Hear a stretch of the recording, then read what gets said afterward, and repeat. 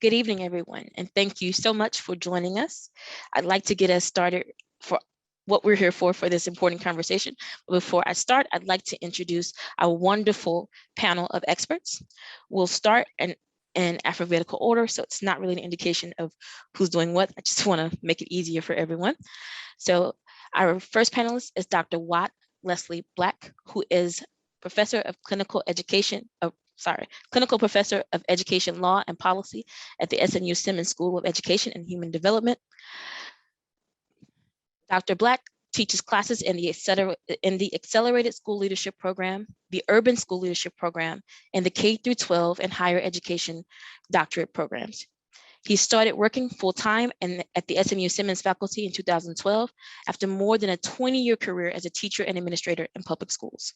He specializes in legal and policy issues in K-12 and higher education. He's researched and written about the First Amendment expression rights of both students and teachers, 14th Amendment equal protection analysis, affirmative action and diversity in public schools, and he's also published work in the area of principal development and school reform. He's presented for several prestigious organizations, including the Education Law Association, the American Association of School Personnel Administrators, the University Council for Educational Administration. He's served on several committees for SMU, and he continues to do service work across the region. He earned his PhD in educational leadership from UNT in 2012. He's a married father of two, an avid runner, and a guitar enthusiast. Our next panelist, Reverend Ray Jordan, is an adjunct instructor in the SMU Simmons School of Education and Human Development, but he's also a trailblazing preacher, activist, academic, keynote speaker, workshop leader, and consultant. He calls himself a scholar activist, and his work reflects that.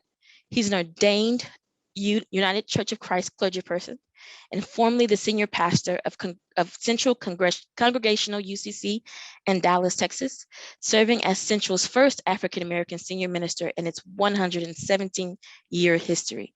He's formerly the president of the North Texas Association of the UCC, and also its first African-American president, and is currently the lead pastor of the First Community UCC of Dallas, and also serving as the first African-American senior minister in its 70-year history.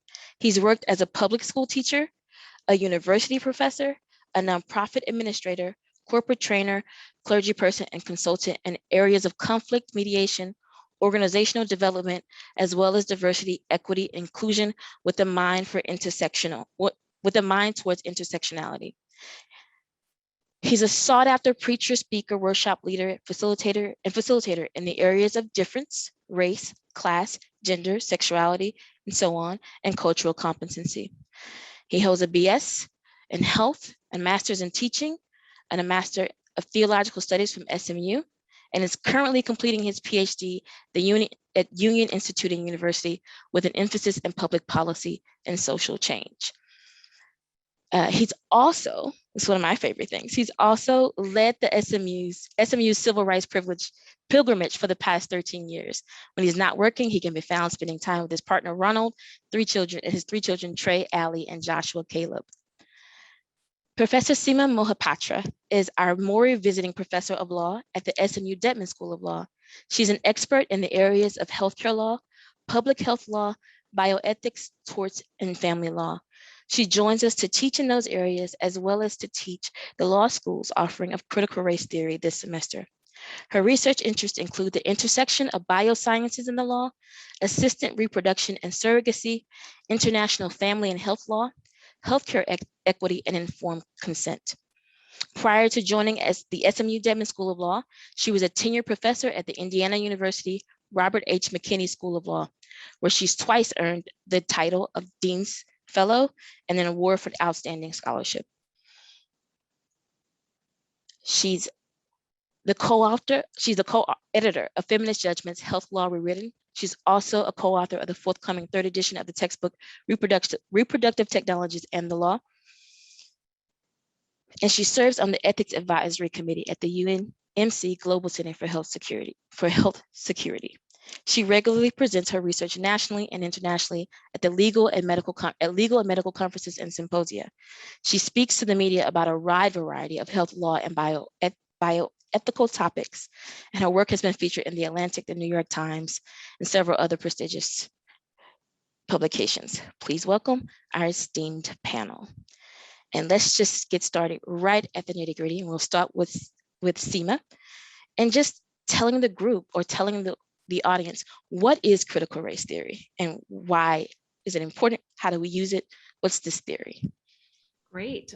Thanks so much for having me here today with these great experts. I'm going to try to provide you some general information about what critical race theory is and really also what it is not in order to frame the conversation. I will give a caveat though, that in a few minutes, I won't be able to go through the nuances of what critical race theory is. I see there's some students from my critical race theory class here at SMU Dedman School of Law on the webinar. We spend the whole 14-week semester kind of trying to course out what critical race theory is. But in terms of a brief overview, it's a scholarly endeavor that started in the 1980s, and which is about the first time that there was a critical mass of law professors around the United States who were African American or other people of color, who noticed that despite these great legal victories of the Civil Rights era, the Civil Rights Act, the Voting Rights Act,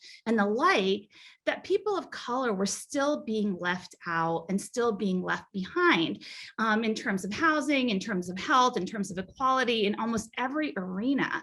And so the first day in my CRT class, we read one of Derek Bell's work, and he actually predated critical race theory. So while he's not a founder, Derek Bell, who was a law professor at Harvard, was a kind of a forefather of the CRT scholarly movement. And Professor Kim Crenshaw, Professor Cheryl Harris, Professor Pat Williams, Professor Mari Matsuda, those are some of the founders of the movement, which demanded that race and problems of race be studied seriously by legal scholars. And critical race theorists basically wrestle with the fact that despite there has been great improvement in law, that we still face inequality in the United States based on race.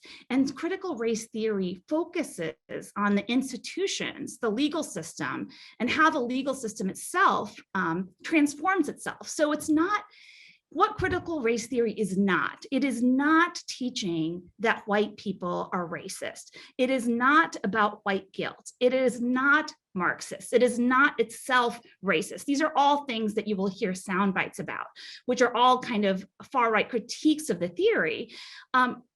Really what it is an academic theory where scholars recognize that despite the transformation that we have made in the law still serves to disenfranchise people. And this is because of the structures and the institutions. And so part of the goal of critical race theory is to dismantle structural discrimination, structural racism.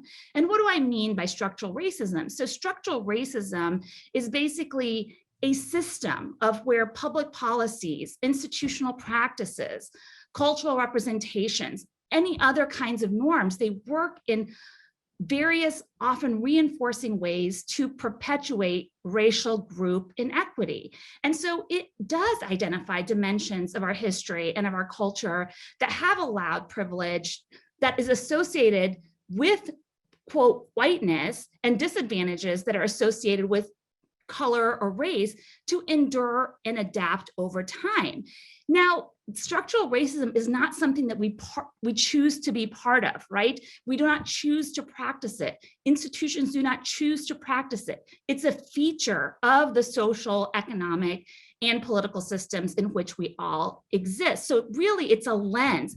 Critical race theory is a way of analyzing and looking at law's role at creating both race and racism and understanding what policies and practices and structures, how they have played out to affect different groups in the United States. And so Kimberly Crenshaw, who is seen as kind of who named critical race theory.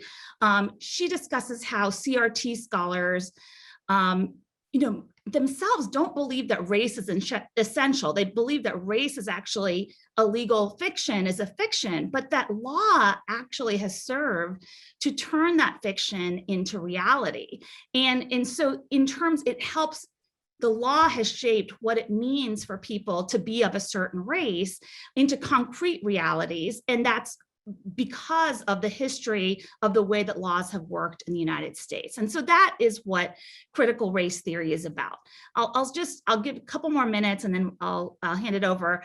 A key concept of CRT is intersectionality, which basically emphasizes that race often intersects with other identities, such as gender, such as class, such lots of different identities, and they produce complex combinations of both power and advantage. And so when we're thinking about critical race theory, and the reason that critical race theory is important to study in law school, to study in graduate programs, is looking at how what we're studying, the doctrine that we're studying, what the impact, the practical impact of it, and how it either contributes to patterns of inequality or causes patterns of inequality. So from what I've told you, I hope that you realize that classic critical race theory is a law school or graduate school type of study.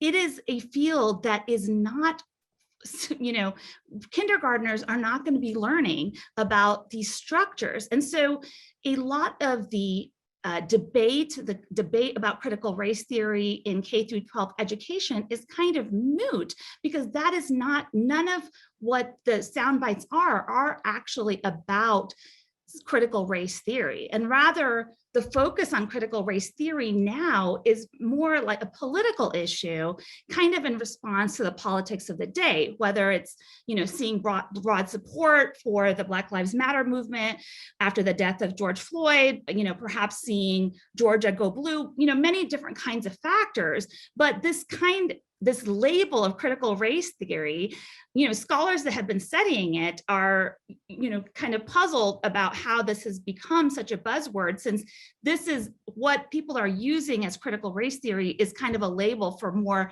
general types of things that have nothing to do with critical race theory. So I'll stop there and I'll continue later. Thank you. I'm going to just jump in here and ask for a moment if I could either ask Ray or Les to jump in here. Yeah, I'd be happy to. Thank you. I'm in my office shouting amen to Seema.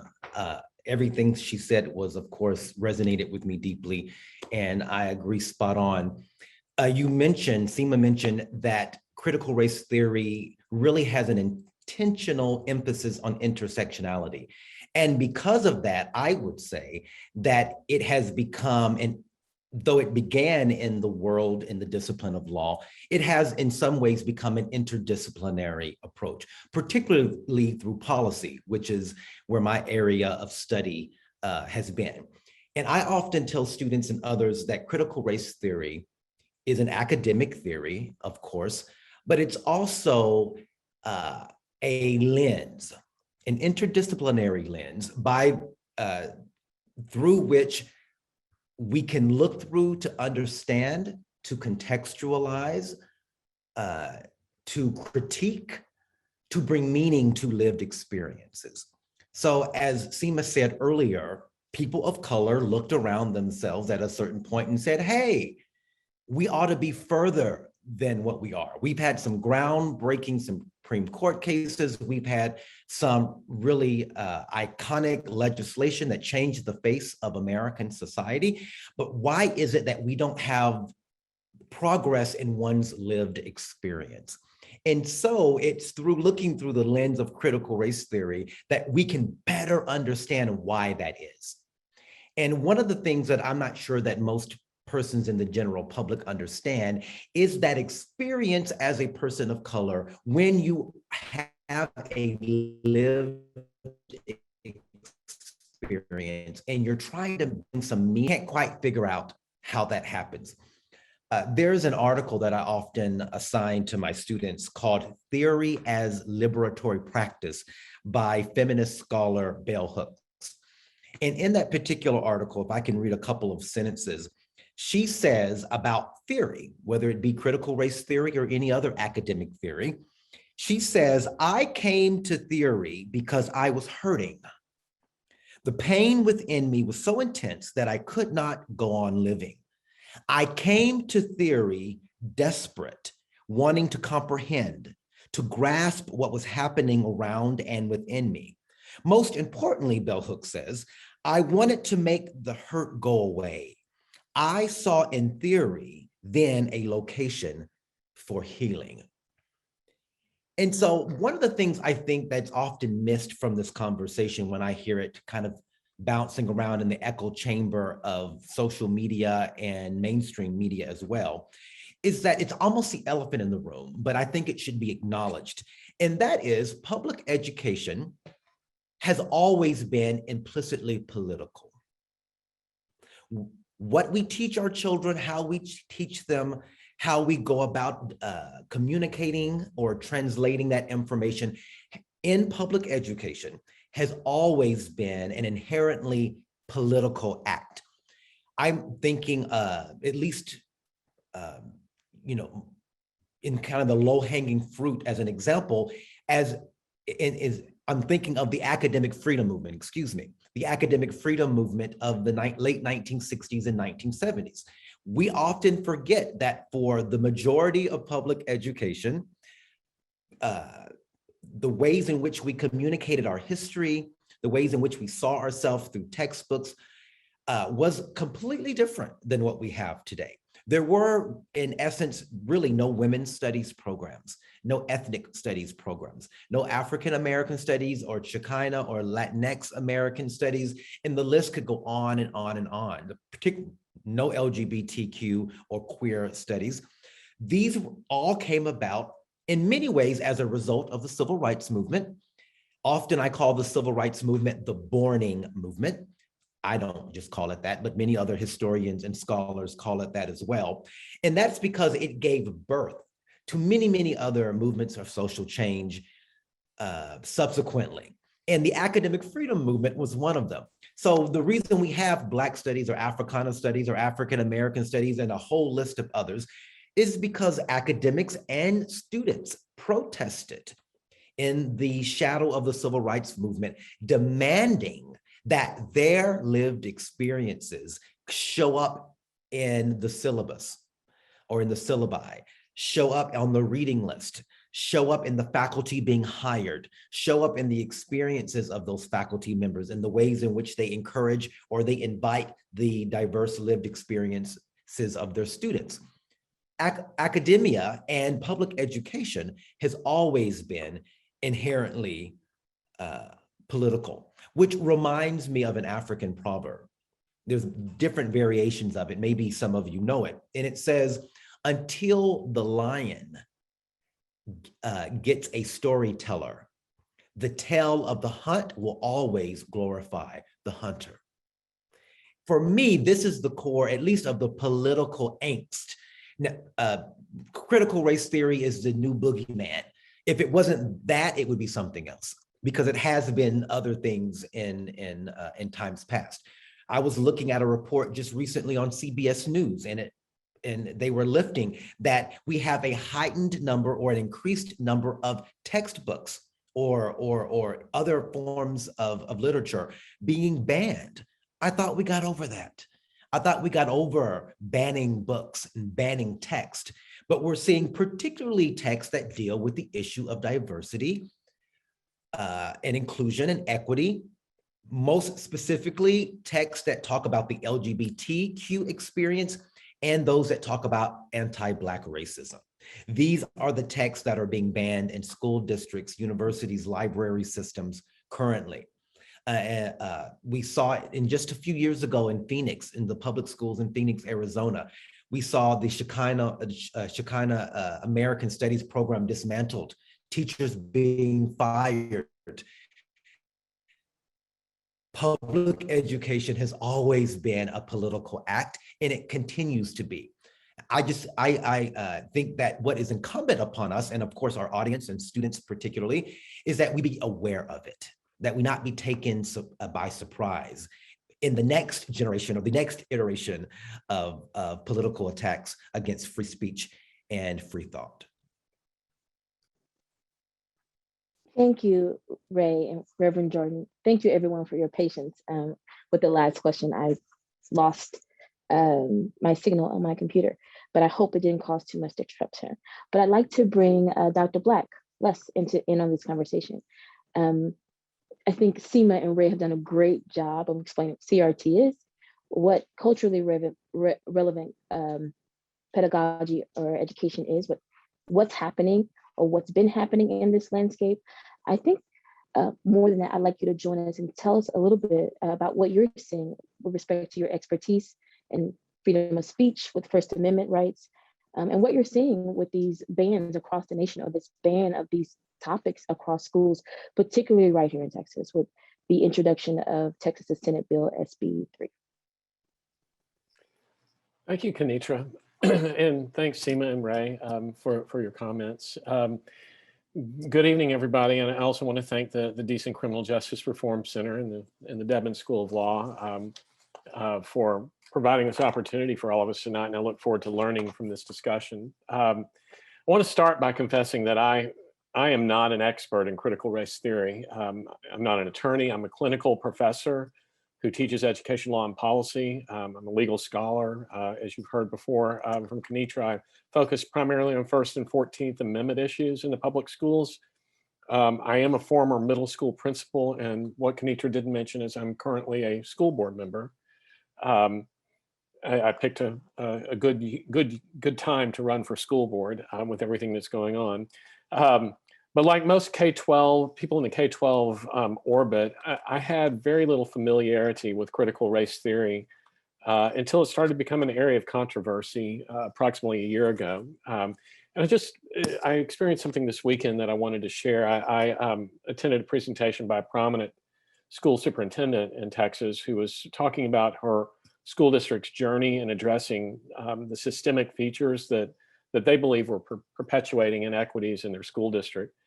And as she recounted the chronology of the work over the last 3 years, her presentation was punctuated by repeated admonitions of, 18 months ago, 12 months ago, 15 months ago, it was okay to say these things.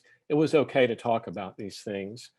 And it was a really painful reminder, I think, for me and for everyone in the room at the time, about how school board rooms around the United States have really become ground zero for political division and chaos, and how educators are now unsettled, insecure, nervous, unsure about how to wade into these difficult issues of equity, access, and inclusivity.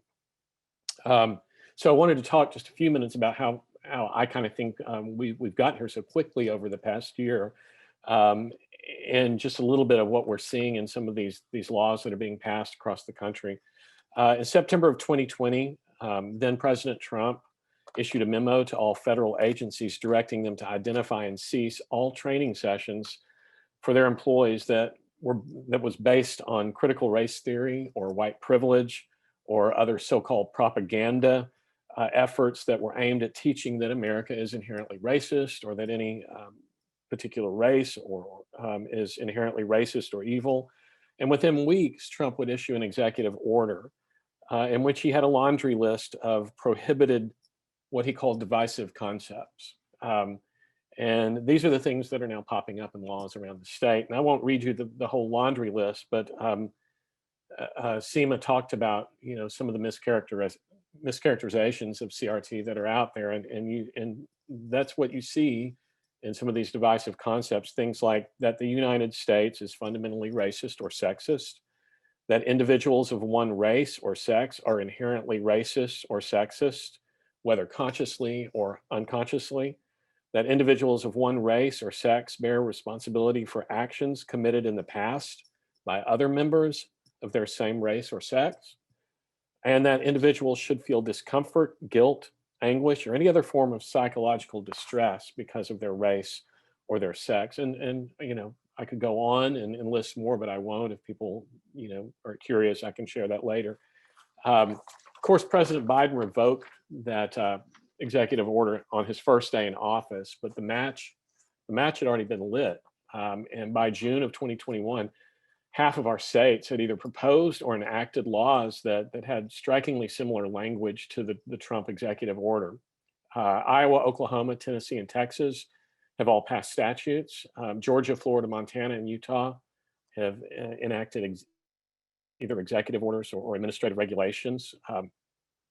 The Iowa and Oklahoma laws extend into higher ed, placing limits on faculty and staff trainings in public higher ed institutions.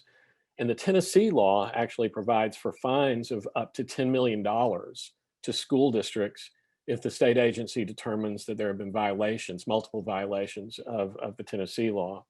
I say fines, but you know, reduction in funding up to $10 million for those school districts. Here in Texas, Governor Abbott's quietly signed Senate Bill 3 a week ago Friday.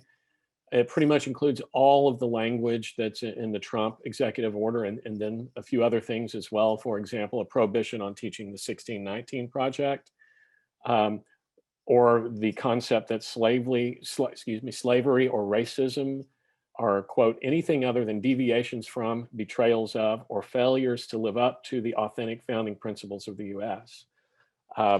So that's kind of what we're seeing in some of these laws around the country.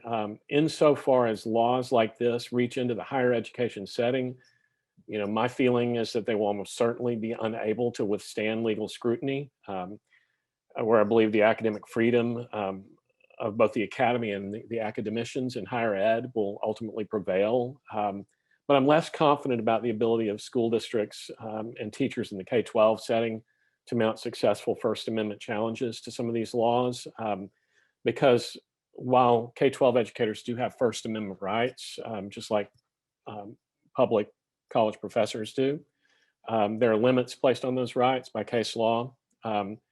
And the concept of academic freedom, as we understand it in higher ed, is virtually non-existent in the K-12 realm for teachers. And likewise, school districts don't really have that same kind of institutional right of academic freedom that we understand that we have in the academy and higher education, where we have the right to control what's taught, how it's taught, who will teach, who will be admitted to study.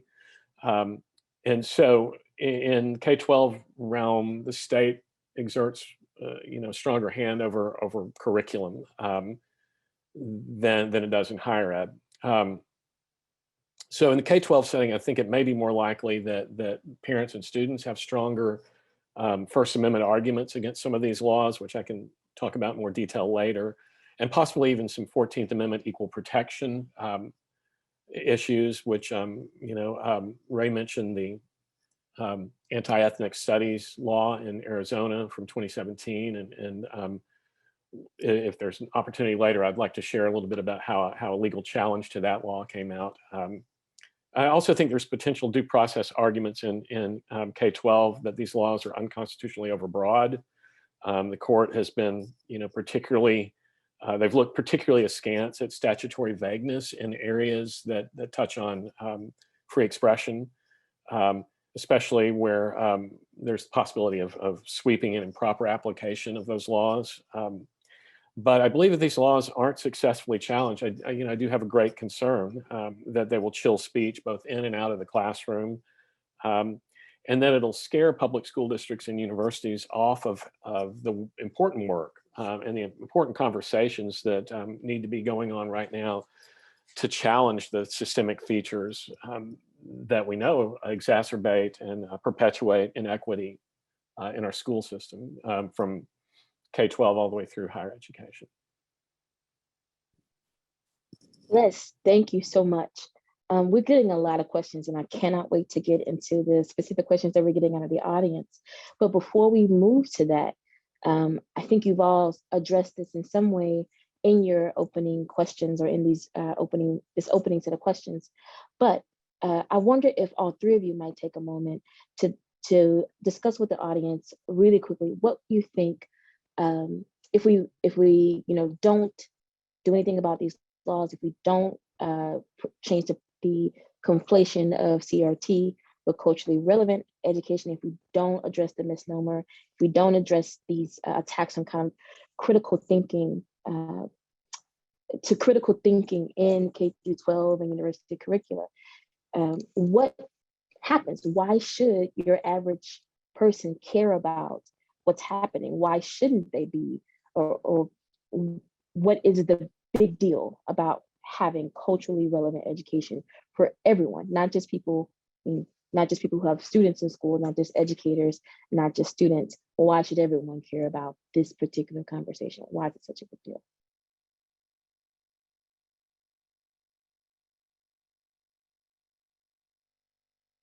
And I will call out on anyone. I think each of you have an answer, but let's start with Seema. Sure. I mean, I think that part of kind of being a part of whatever community you're a part of, your local community, your family, you need to be educated and not be led astray. So, I mean, I think part of the problem here, it's a very cynical viewpoint, the way that critical race theory is being kind of politically used in a way to pit people against each other, when it is really important to understand, culturally relevant facts about our history. That is appropriate for K through 12 education. It is not appropriate to this is banned books week this week, and the things that have been banned in certain jurisdictions, books about critical race theory, yes, but books about Rosa Parks, but I Have a Dream speech, things that are part of our history. And so to understand where we are in this moment, I think it's important for everyone to kind of understand our history, right? No matter what community you are from, and to have kind of a realistic understanding of our history helps us all kind of get to a better place. And that should be the goal. We have, I am a very aspirational critical race theorist, in that I think that structures can change and there can be a will to change. When we've gone through this pandemic, we have seen that, especially at the beginning of the pandemic, there was this feeling of we're all in this together, this solidarity. And I think that understanding of where we are, how different people get impacted, and we can just use COVID as an example. We saw that different communities and different, depending on if you were African-American, if you're Latino, if you're indigenous population, you had a whole different experience of COVID-19 as a group in terms of hospitalization rates, in terms of infection rates. Why was that? What structures contributed to that? The way that people's housing were, people's employment situations, people's access to healthcare, all of these things are important for everybody to understand how we can make things better, because I think this is a good example of how we are really only as strong as the weakest amongst us.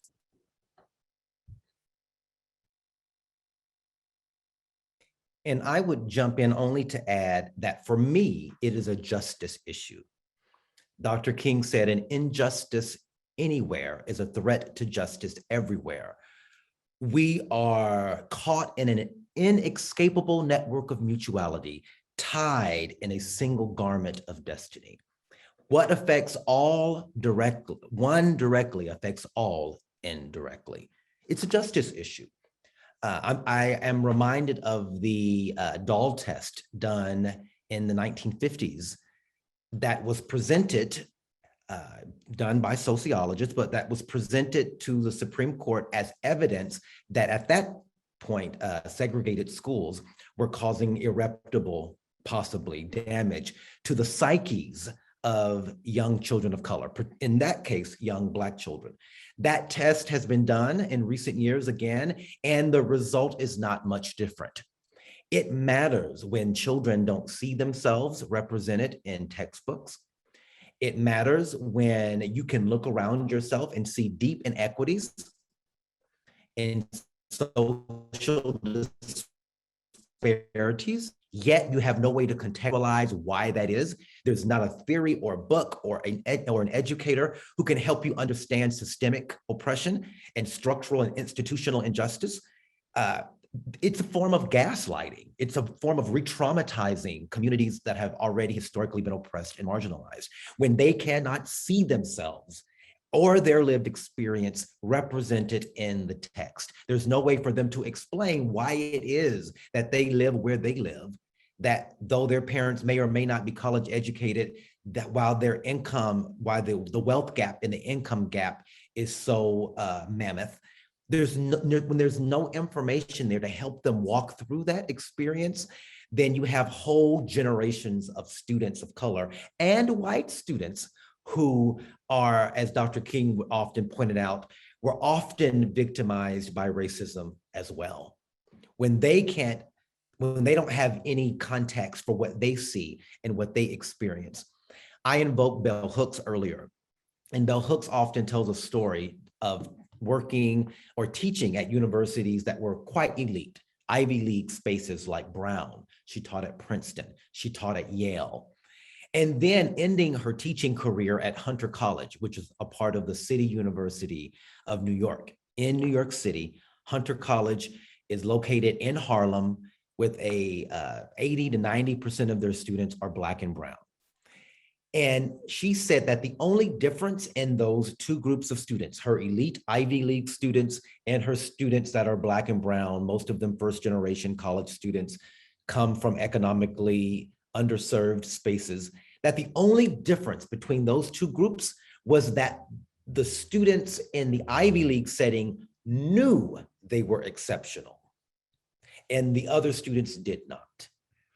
I've had a similar experience, though maybe not as drastic. I spent between my beginning teaching was in community college in the Dallas college system. And then I taught for maybe 7 or 8 years for the University of Texas at Arlington, go Mavs. And then for the last probably 4 or 5 years, I have taught at SMU, though I have been doing work with students for the past 13 years through student affairs. And I similarly have had that experience. The students from working class settings, from Black and brown settings, from settings that are not considered to be elite, equally as brilliant as my students at SMU. They just don't know it. They've been fed careerism. Go to school, get a job, and then be able to make your ends meet barely. And where the students at SMU are being taught sometimes from birth that you are a world changer, that literally the world will be changed because of your contribution. They deeply believe in their own agency. And that is in large part because they have been taught to. They have been taught to. I'll say this and then I'll be quiet. Though it wasn't called critical race theory, that's in some ways what was happening in 1964. In 1964, there was a program called Freedom Summer, in which students, mostly white students from the North, came into Mississippi to teach reading, to teach some of the basic academics, because colored schools were so drastically underfunded and underserved, but also to teach critical thinking. It wasn't called critical race theory, but they were trying to help Black Mississippians connect the dots between what they were seeing in their everyday lives and what was happening in the state capitol, what was happening in DC, what was going on in not only through public policy, but also through local politics. For me, that is the benefit of critical race theory. It helps students or adults make those connections. And without it, you have a generation lost.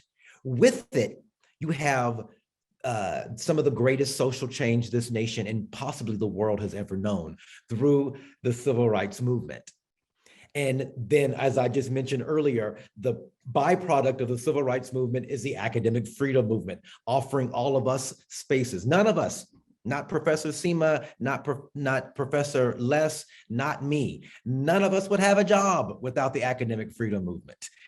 The things in which we teach and the topics in which we invoke would not be invited into the public discourse or even the academic discourse if it were not for those young freedom fighters learning those connections, learning how to critical think, learning how to connect the dots, and then implementing that, marrying theory with practice and implementing that in a real life way, opening up the space in the academy for us to do what we do.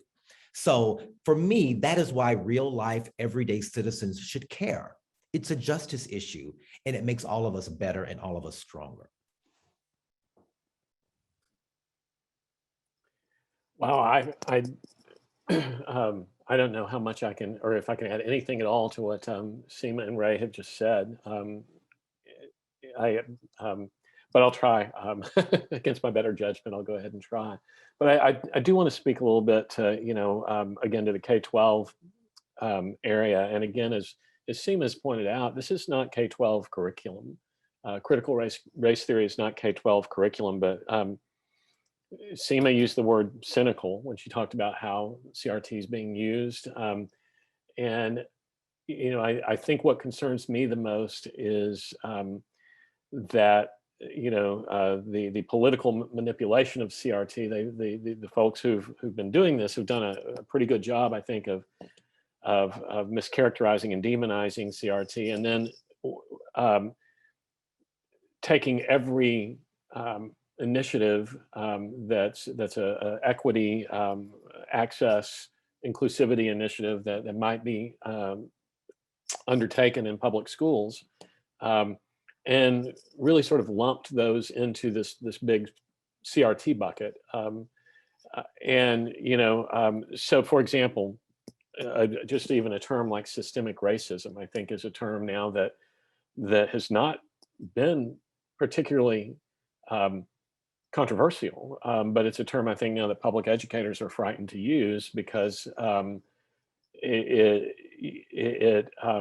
they worry that it's going to be characterized as being in violation of some of these laws, and we've seen this having a chilling effect, I think, among public educators. And the truth is, we can't do the work we're tasked with doing if we don't look at systemic inequity. I mean, and the state asks us to do that. They ask us they disaggregate our data, and we look at achievement data by demographic subgroups, ethnic subgroups, and we look at discipline data, and we know there are disparities in achievement and discipline, the way discipline is being administered around the country. We know there are disparities in the number of kids who are identified for gifted and talented programs, or who are able to enroll in AP courses. And then systemic inequities about how many AP courses are offered at certain schools that might be in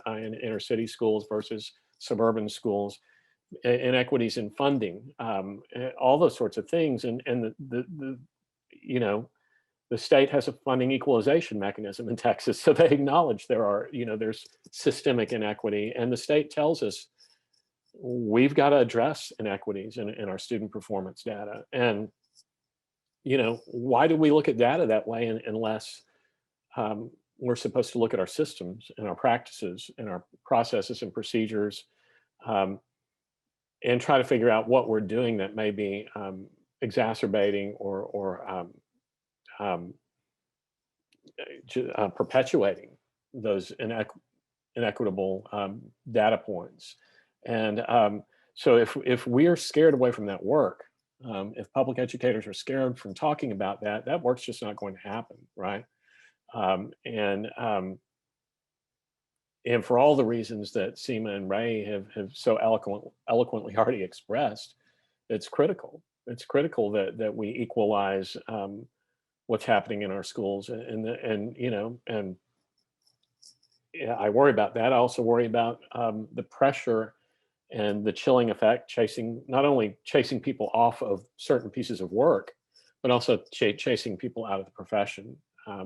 So I think it's important in our K-12 setting, simply because of the possibility that these laws will continue to be used to chill speech in and out of the classroom, and to stop school districts from engaging in any kind of efforts to promote equity.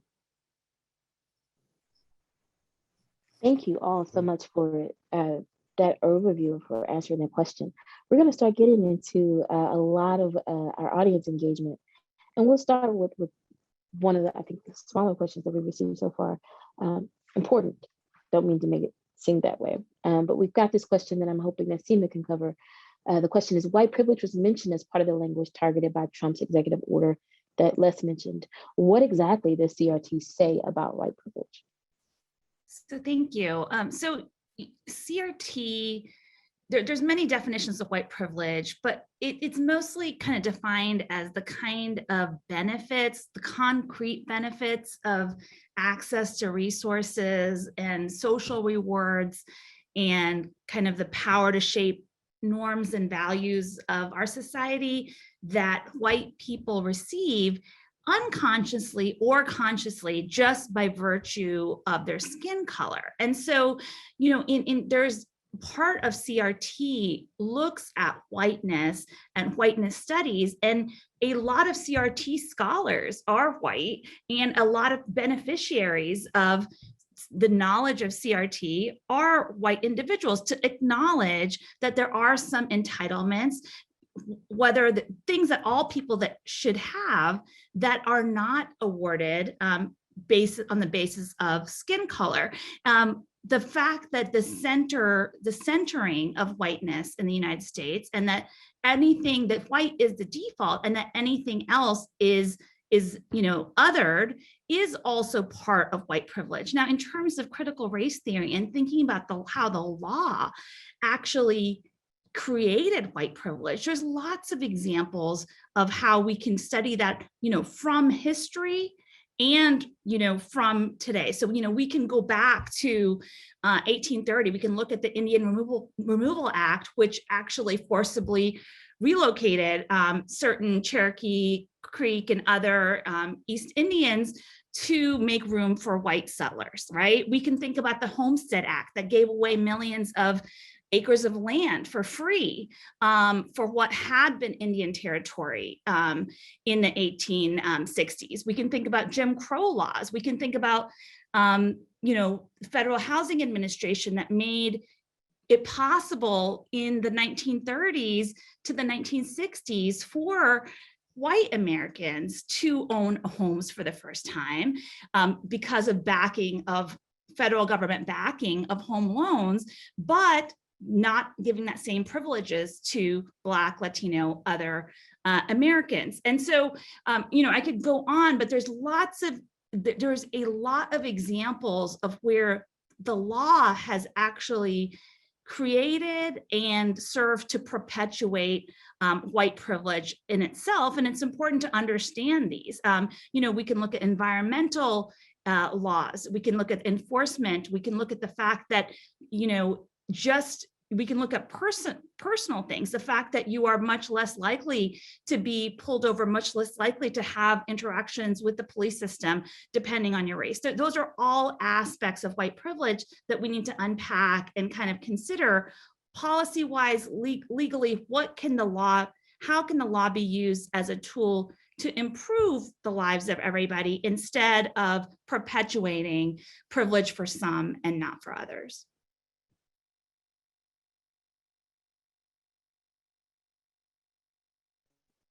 Thank you, Seema.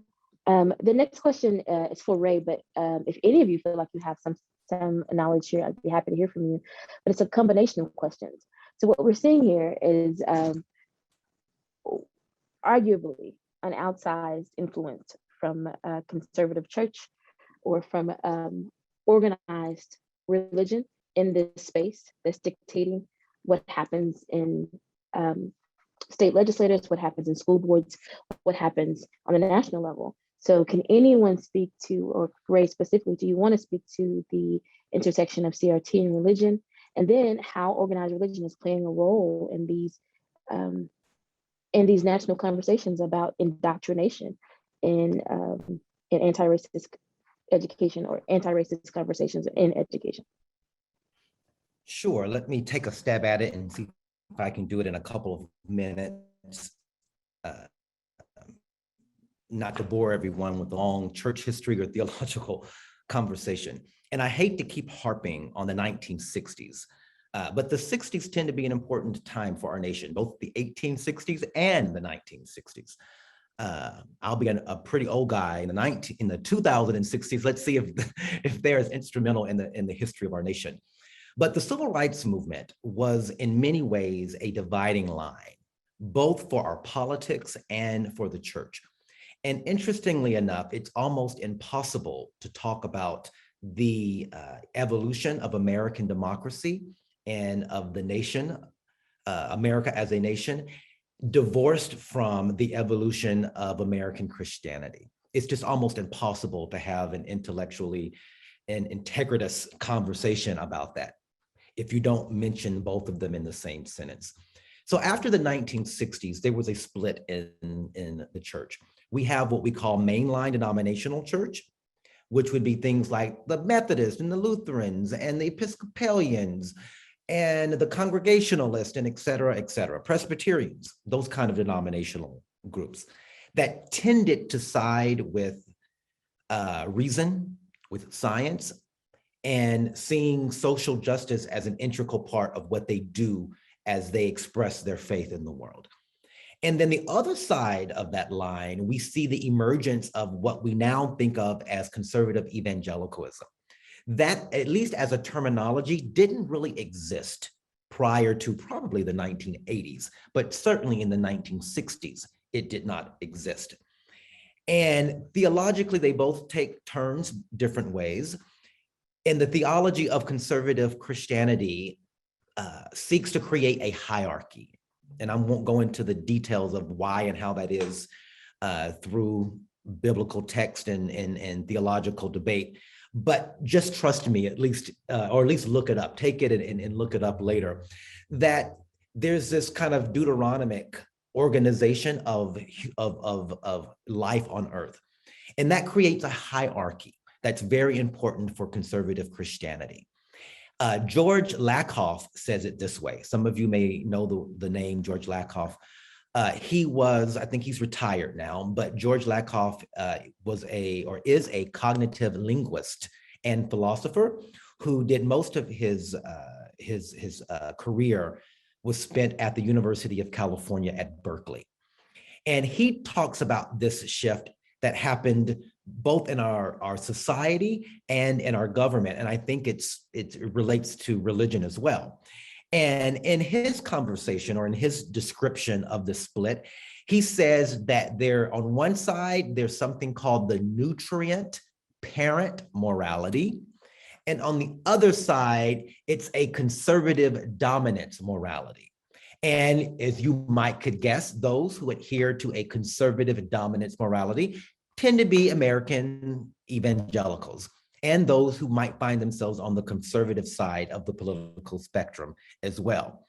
And this hierarchy, as George Lakoff describes it, in the conservative dominance morality, puts God over humans, humans over nature, adults over children, rich over poor, and thereby employers over their employees, Western culture over non-Western culture, our country, America first, over other countries, men over women, whites over non-whites, straights over those in the LGBTQ community, and Christians over non-Christians. We could go on and dissect that out, but the short answer is yes. There is a huge connection between what we're seeing in our churches, in the American church that is, what we're seeing in American politics and how they have created an alliance based on this model that Lakoff describes, or this theological preference that I've described. And I'll say this and then I'll stop. But when throughout the world, not just in the United States, when we see an alliance with organized religion and empire, when we see an alliance with what is supposed to be spirituality or sacred text or faith, with ambition, greed, and the quest for money and power, that's what I'm describing as empire.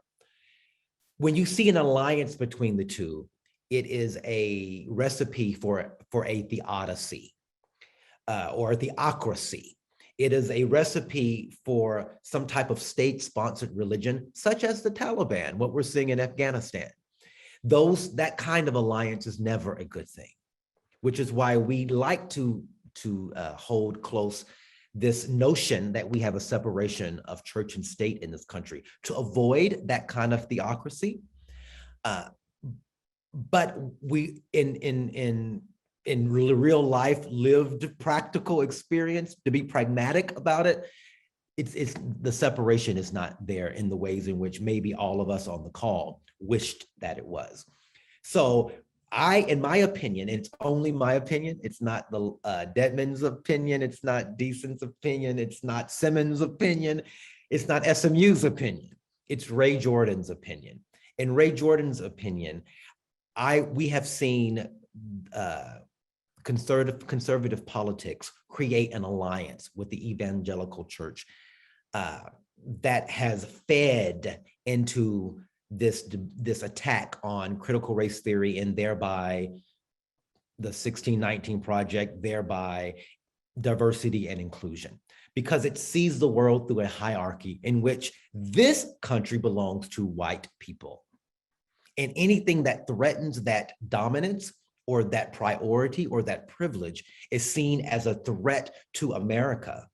You see, America is so synonymous with racism. When you attack racism, you are accused of attacking America. You're accused of being unpatriotic or anti-American, because the two are so closely aligned.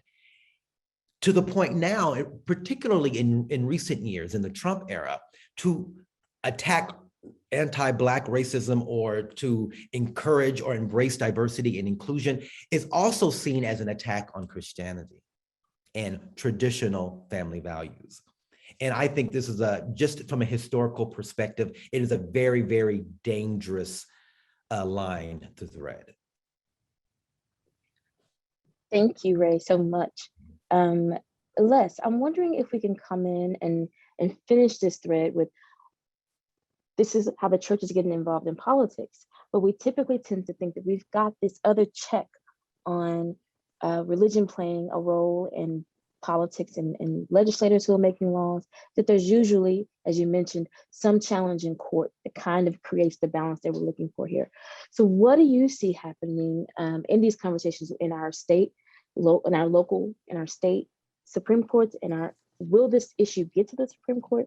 What do you see happening in these courts, and has this political rhetoric, do you think it'll have an outsized impact on future challenges to these bans, to these very restrictive bans, shields on public speech, on teachers' speech, on educators' free speech, on students' free speech? And then finally, do you see kind of an issue in the courts with coming down on the side of academic freedom, at least as this moves into the university setting? Okay, thanks, Kenitra. I'll try. I think I'll start with higher ed, because I think that's probably a easier discussion to have right now. I mean, we talk a lot about academic freedom, and Ray's talked about the academic freedom movement, and Kenitra, you've mentioned it a few times. And academic freedom is, legally speaking, has some connective tissue to the First Amendment. The courts have recognized in the past that it is a special concern of the First Amendment, academic freedom. But when they talk about it in that light, as a First Amendment concern, they're typically talking about it as an institutional right. At higher ed, as I mentioned earlier, the four basic sort of pillars of academic freedom as an institutional right are the right to determine what you teach, how you teach it, who gets to teach, and who is admitted to study. And that, that showed up in the famous Keishian case from, the late 60s. Ray's talked a lot about all the cases from the 60s. And so institutionally, there's a right there. So I think any effort by the state to to tell even state institutions how they can train, you know, what kind of diversity training that they can do with their faculty and their staff is going to be, you know, easy for them to push back on, you know, under the doctrine of institutional academic freedom. And for college professors, you know, obviously public professors have some limited First Amendment rights, just the way K-12 does. But even in private higher ed, we have the notion of academic freedom that drills down to the faculty, to individual faculty members. And that the source of that is usually university policy, right? You know, many universities adopt the AAUP statement on academic freedom. And you know, other universities have their own policies about academic freedom, but you know, typically that's going to protect a university professor in their teaching, their scholarship, and in you know, their commentary on matters of social importance as a citizen. And so those protections exist in higher ed that don't exist so much in K-12, as I've mentioned before. So you know, K-12 teachers do have First Amendment rights, but you know, we saw the Garcetti case in 2006 that limits speech pursuant to your job duty, and so there's some question as to how much that applies to what you say when you're teaching, but to me, I think what we're most likely to see that will have some chance of success in the K-12 realm will be if parents and you know, and students file challenges to this. And there are a couple of cases that I think are interesting. One of them is the one that Ray alluded to earlier, what happened in Arizona a few years back when the state passed a ethnic studies law. And that law was very similar to what we're looking at now. That law said that there could be no courses that, and this is a quote from the law, promoted resentment towards a race or a class of people, are designed primarily for pupils of a particular ethnic group, or that advocate ethnic solidarity instead of treatment of pupils as individuals. And in this case, students brought a lawsuit and alleged that it was violated both their First Amendment expression rights and 14th Amendment equal protection rights. And the judge in the case, interestingly, he relied on the Supreme Court decision in Village of Arlington Heights versus Metro housing development from 1997, and found that there was racial animus that was motivating this law, right? And I won't get into the deep weeds, but there are 5 factors from the Village of Arlington Heights case that he looked at to try to figure out whether there were legitimate pedagogical concerns that motivated the passage of this law. And he found that it was contrary, that there were narrow political, partisan, and racist reasons for putting this law into place. And you know, interestingly, in this case, one of the pieces of evidence that was that kind of makes this a little different was that a former state senator who had by then become the state superintendent of education was an advocate of this law and had blogged anonymously. They found out that it was his blog, though, and so there was a lot of his inner machinations about what his motivation for the law was that made that case, I think, a little easier for the judge. But in addition to being a violation of the Equal Protection Clause of the 14th Amendment, he also said that this is a free speech violation. And he cited to an interesting case from K-12, Island Trees versus Pico from 1982. And you know, Seema's talked about both Seema and Ray have talked about book burnings and book removals. And this was a case about a school board that sought to remove titles they felt were objectionable from the school library. And again, the court said, you know, the school board does have the authority to select books for the library and remove books for the library, but they need to have legitimate pedagogical concerns that motivate those decisions, and they can't do those for narrow political or partisan ideological reasons. They borrowed language from West Virginia versus Barnett and said they can't seek to prescribe what shall be orthodox in politics or you know, matters of the conscience. So even Justice Brennan in that case, in the Pico case, went so far as to say that there is a right to receive information that's tied into the right to free speech. There wasn't a majority of judges who said that, but I think, depending upon the law and from state to state, I think this is a way some of these might get challenged. One other case that I think is pretty interesting that's more recent is Santa Cruz lesbian and gay community versus Trump. And this was a challenge out in California in a district court to the Trump executive order. And it was enjoined by a district judge, a federal district judge in California, on grounds that it was unconstitutionally broad, vague and broad. And this was a group that provided LGBTQ diversity trainings, and they were saying this also interferes with our ability to do the work. And so the judges said there was not enough specificity in the law to put people on notice about what is legal and what's not legal to say, and then also that there was a First Amendment violation as well. So since so many of these laws are almost identical in wording to the Trump EO, I think this is a pretty interesting case to look at too. So that's kind of the way I see it. I see, I see the actual academy at higher ed being able to fight back, and professors probably as well. But at K-12, I think probably the more successful free speech cases may come from the students and the parents as well, who have an interest in this, and that we may see either from students and from educators this unconstitutional broadness argument that gets brought up. Thank you, Les. Sure. So personal note, I have this soft spot in my heart from teaching students about their ability to change our trajectory moving forward, especially this generation of students that we're seeing here now in this space, in the law school, in the undergraduate school, in the undergraduates, and in the graduate schools across SMU and across a lot of the other schools that I've been affiliated with. And I'm loving to see them hold that space of knowing that they, like Ray said, that they are world changers, that they can put their finger on the pulse of what they feel is happening and do something about it. Even locally, we've had 2 walkouts of schools in the past couple of weeks around identity and space issues.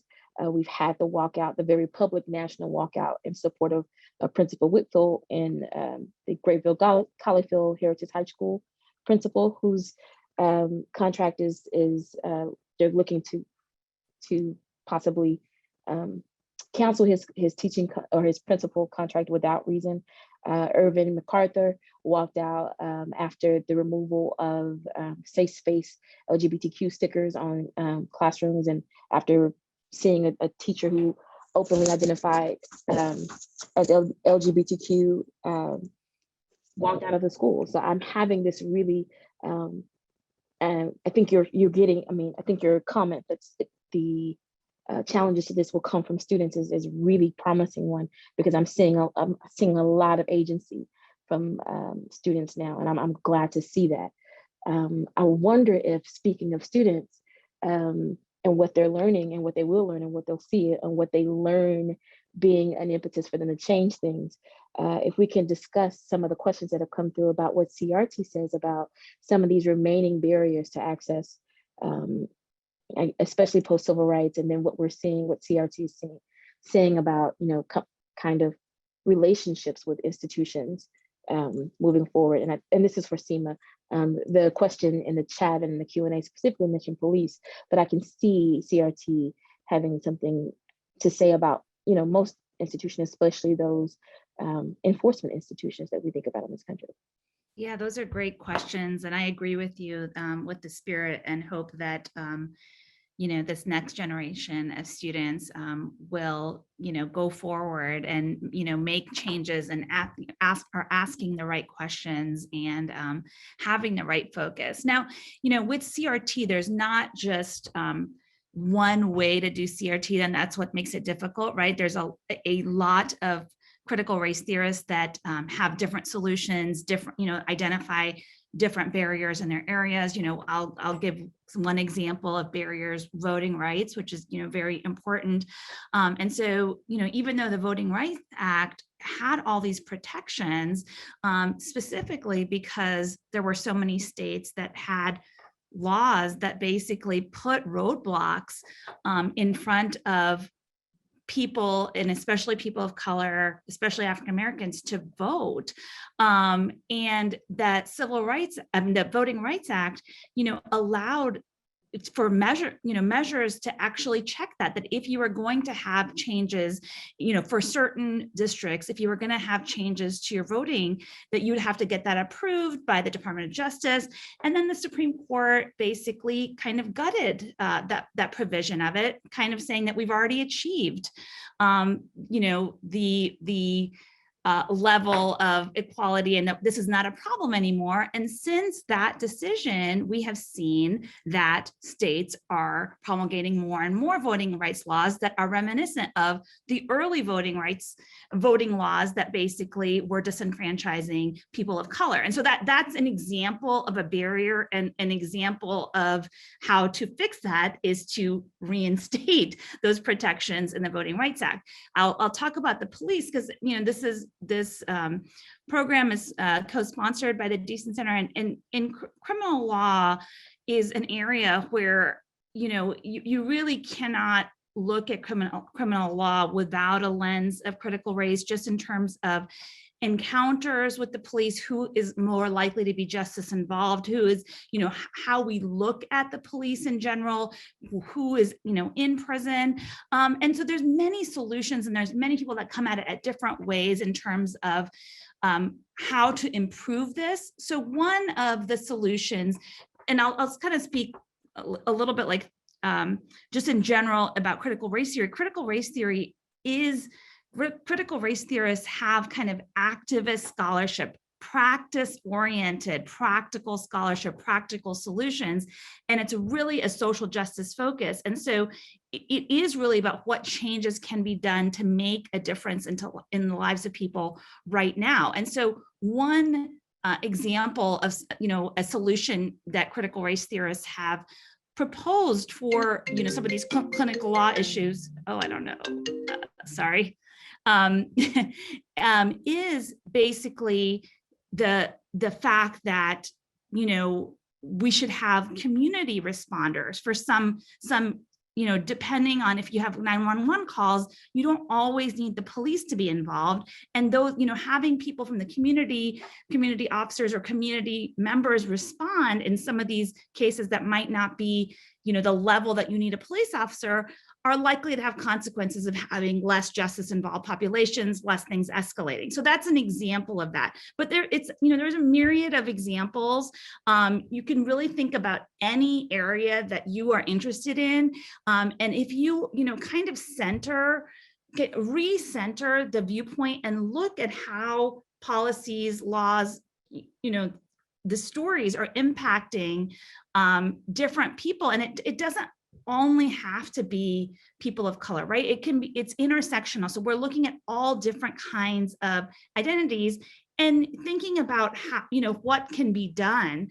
And it can be in your own life, it can be in your, own workplace, it can be in your own school, but also then, if you want to study it and, and kind of propose solutions, there's a lot of room for students, for people that are, have not necessarily thought about this as a part of their career, to kind of,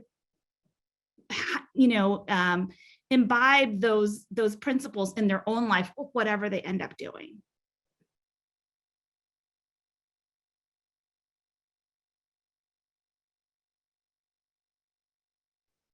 Thank you, Seema.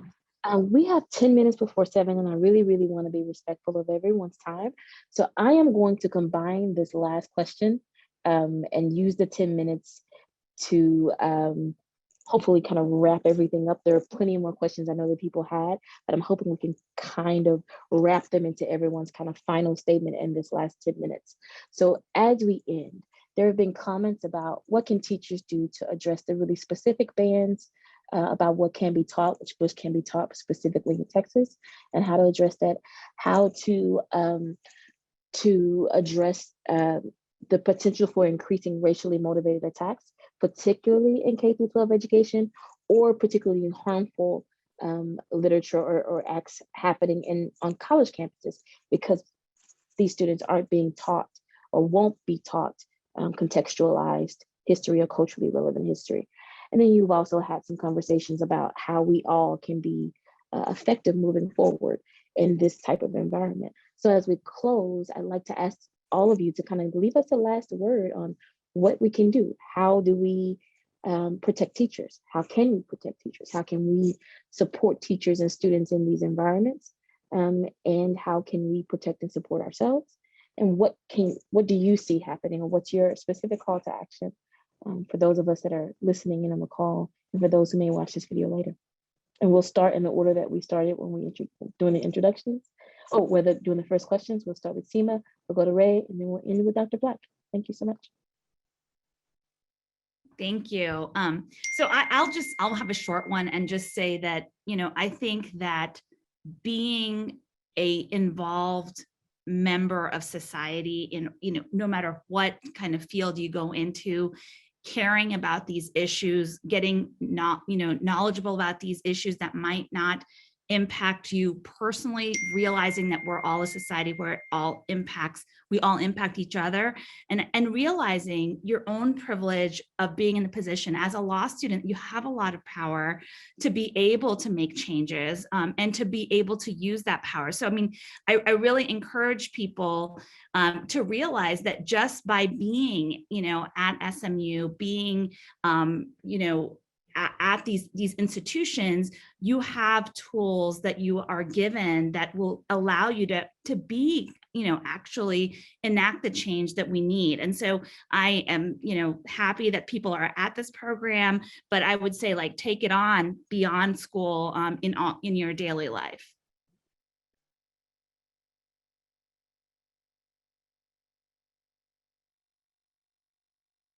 And I'll speak to students, or I'm sorry, to educators, particularly public school educators. I began my career teaching middle school. So I get it and I understand it. And the thing that I would say is, first, do some soul searching. And secondly, tell the truth. Because the truth will set you free. You just have to tell it. The best way to tell the truth, to get yourself out of potential hot water, is to simply present data. And it's easier to present quantitative data. And the students, you have to, particularly if you're teaching middle and high school students, the students will do the rest. They'll contextualize it. They'll offer commentary. They'll ask poignant questions and piercing questions. They'll take the conversation where it needs to go. You present the data. For example, we're talking about policing and mass incarceration. You can say, this is a stat. The US has 5% of the world's population, yet 25% of the world's incarcerated population. Just a fact. Who is imprisoned? What are the racial, ethnic, gender, et cetera, demographics of who's actually being prosecuted more vigorously? It's just data. It's just a fact. Then you think, well, let's think about our police forces. What's some history? Maybe as an extra credit project. What's some history about how the police force got started?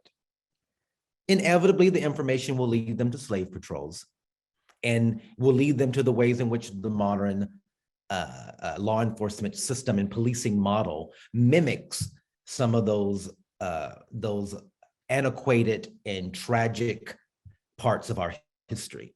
And you don't have to say the police are this or mass incarceration is that, and white and black and Latino. You don't have to say any of that. You just present the data. And if you're not teaching in a setting where that lends itself, when I was teaching, I taught science. So I did, as an extra credit project, it's Black History Month. Let's do some research around Black people who make contributions in science. I did the same with the Hispanic Heritage Month. I did the same with Asian American Pacific Islander Month. And I did the same with Women's History Month. I couldn't make it a required assignment because that would have been inappropriate and I could have gotten in trouble. But as an extra credit assignment, and you're asking persons to do their own individual research, and you're not having to point them to it, then that lends to those who are ready to make those connections. So, lack of a better way of saying it, just tell the truth. And let the students.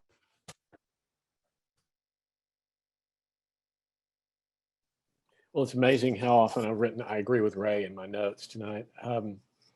And I think, there is something even in the Texas law that talks about when educators are leading discussion on controversial topics to not to give deference to any one perspective. So, I think that speaks to what Ray was saying. Just tell the truth, present the facts, let students draw their own conclusions, and don't proselytize particular points of view on kids. And I think that enables you to work towards critical thinking and establish a sort of a marketplace of ideas in your classroom that allow kids to get, to build context to what they're learning. But then, the other thing I would say, sort of more higher level philosophically than that, is that, for all educators, for whether you're in the classroom or an administrator or board member, I think this is a time, these are turbulent times, and these are the times where we have to really be focused on, on the light in the lighthouse and the why, the guiding mission, and not be distracted by, all the other noise that's going on, the storm. And all school districts have things in their vision, values, and mission statements that deal with furthering equity and access and inclusivity. They're not always worded exactly the same way, but it's in there, and you can attach, you can tether yourself to that. And if you're moving forward the mission of the school district, then I think that it's hard for you to be criticized, no matter what the person's perspective is. The other thing I would say that I think is critically important right now is that we listen. And Kenitra, you talked about students and student agency, and I think we've really got to elevate student voice right now.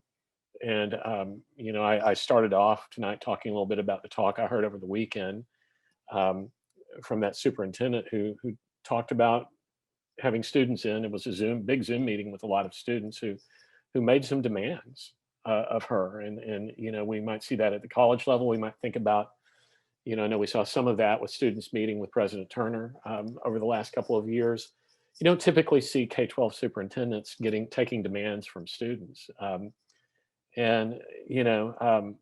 They talked about they wanted their comfort and safety, the comfort and safety and well-being of students of color to be prioritized in the same way that it is now for white students, teachers, and families. And beyond that, when the comfort and safety and well-being of BIPOC students are not secured, there needs to be a mechanism for students to report it and to be able to design a change for it with the support of adults. And so I think if we elevate student voice and listen to our students,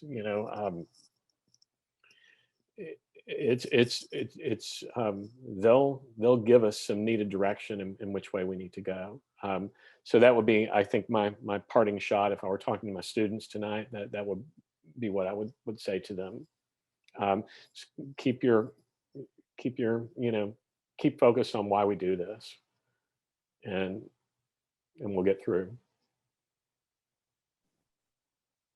Thank you all. I have truly, truly enjoyed our conversation tonight. I truly wish that I know we could have talked for longer, for a few more hours. I truly wish we had more time. I do think that this is a conversation that probably needs a part 2 because there's so many questions that weren't addressed. But I hope that we were able to at least skim and provide some guidance for how to move forward.